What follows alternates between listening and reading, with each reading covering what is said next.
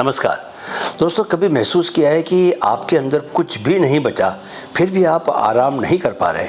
न कोई युद्ध लड़ा, न कोई पहाड़ चढ़ा, लेकिन दिमाग थक कर बैठ गया है। नींद आती है लेकिन माइंड चलता ही रहता है।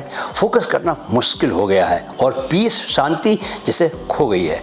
ये है ओवर स्टिमुलेशन ट्रैप, जहां आपका ब्रेन ज़्यादा इनपुट से ही जला जा रहा है। दोस्तों, ये सिर्फ एक वीडियो नहीं, एक संकल्प है। 21 डेज फोकस मास्टरी का यह सफ़र बनाया गया है आज के उस युवा के लिए जो रोज़ डिस्ट्रैक्शन से लड़ रहा है, जिसे पता है कि उसके अंदर ज़बरदस्त पोटेंशियल है लेकिन माइंड क्लैरिटी नहीं देता। मैं ये सीरीज दोस्तों इसलिए बना रहा हूँ क्योंकि आज की सबसे बड़ी करेंसी क्या है? ध्यान है, फोकस। और जो अपने ध्यान को साध ले वही अपने जीवन को दिशा दे सकता है। दोस्तों, क्या आप जानते हैं कि वाई दिस कोर्स मैटर्स? क्योंकि ये सीरीज सिर्फ प्रोडक्टिविटी की बात नहीं करती, ये माइंड के पुराने प्रोग्रामिंग को रिवायर करने की कोशिश करती है। मैं ये कोर्स दोस्तों इसलिए बना रहा हूँ क्योंकि आज के युवा को सच्चे ध्यान, गहरी सोच और लॉन्ग टर्म विजन की ज़रूरत है। चलिए सबसे पहले जानते हैं, क्या जानेंगे? What is over stimulation?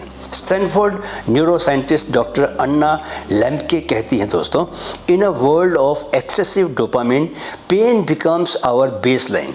यानी जब हम हर वक्त किसी न किसी स्टिमुलेशन में डूबे रहते हैं तो आराम भी बोझ बन जाता है, शांति भी बेचैनी बन जाती है। सोचिए, एक दिन में आप कितनी बार ये करते हैं? फ़ोन स्क्रॉल करना, हर नोटिफिकेशन पर रिस्पॉन्ड करना, रील्स, शॉर्ट्स, अपडेट्स, फॉरवर्ड्स, दिन भर डोपामिन शॉट्स लेते रहना।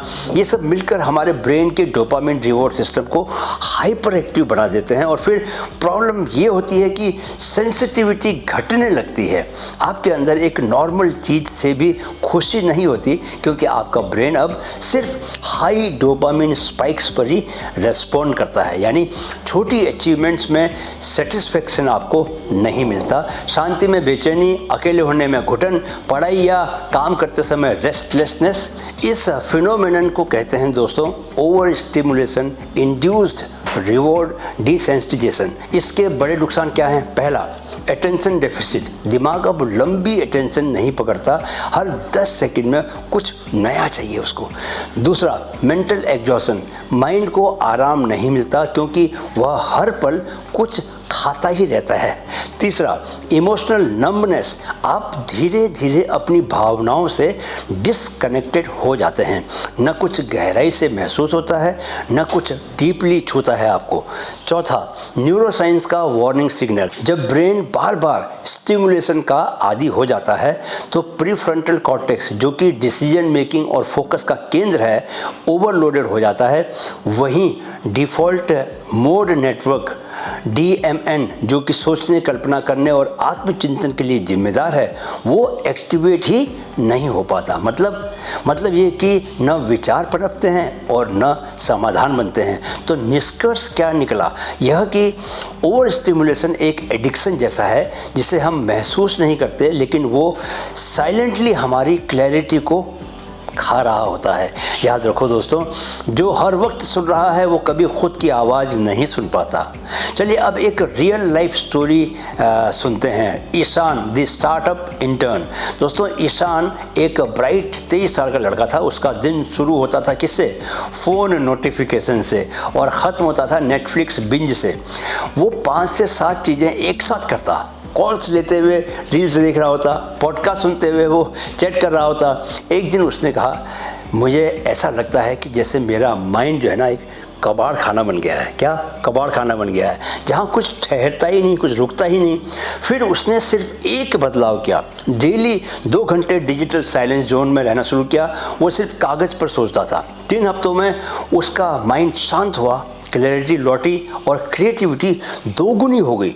इस बात को समझो दोस्तों कि ओवर स्टिमुलेशन का हल कोई मेडिसिन, कोई दवा नहीं है, बल्कि क्या है? डिजिटल ब्रेक है। चलिए अब जानते हैं कि इस रेस्टलेसनेस की न्यूरोसाइंस क्या है। दोस्तों, आज की दुनिया में आपका दिमाग कभी खाली नहीं होता। हर कुछ सेकंड में एक नया स्वाइप, एक नया नोटिफिकेशन, एक नया विजुअल इनपुट, लेकिन इसका प्राइस हम बहुत भारी चुकाते हैं अपनी मेंटल डेप्थ की कीमत पर।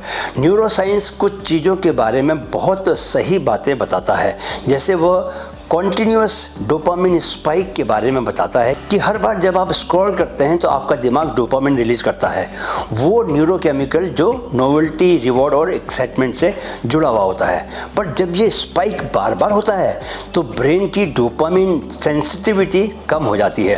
रिजल्ट क्या होता है? अब छोटी चीज़ों में मज़ा नहीं आता, शांति में बेचैनी लगती है और बोर्डम सहना मुश्किल हो जाता है। जब भी प्रीफ्रंटल कॉर्टेक्स ओवरलोड होता है दोस्तों, तो प्रीफ्रंटल कॉर्टेक्स यानी दिमाग का वह हिस्सा जो कि फोकस, जजमेंट और प्लानिंग का सेंटर है, वह बार बार अटेंशन स्विच करने से थक जाता है। जैसे कोई सर्जन ऑपरेशन करते समय हर 5 मिनट में फ़ोन देखे, वैसे ही आपका माइंड कभी गहराई में नहीं जा पाता।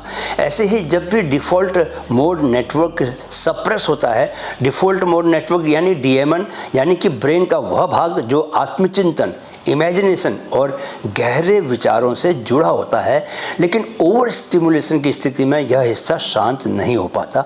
दोस्तों समझ लो कि जिस माइंड को हर समय भर दिया जाता है, वो कभी भीतर से कुछ पैदा नहीं कर सकता। यही कारण है कि आज का युवा सोचता है बहुत कुछ, लेकिन समझ कुछ नहीं पाता।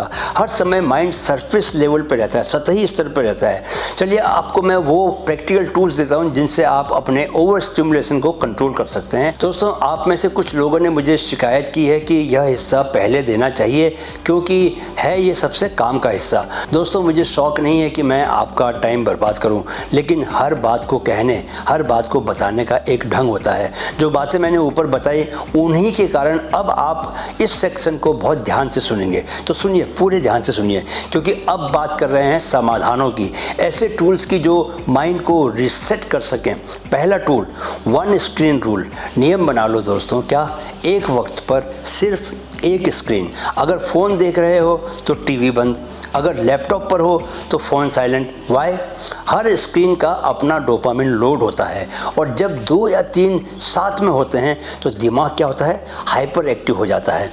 1 स्क्रीन रूल आपको फिर से मोनोटास्क मोड में लाता है, जहाँ क्लैरिटी मिलनी शुरू होती है, राइट?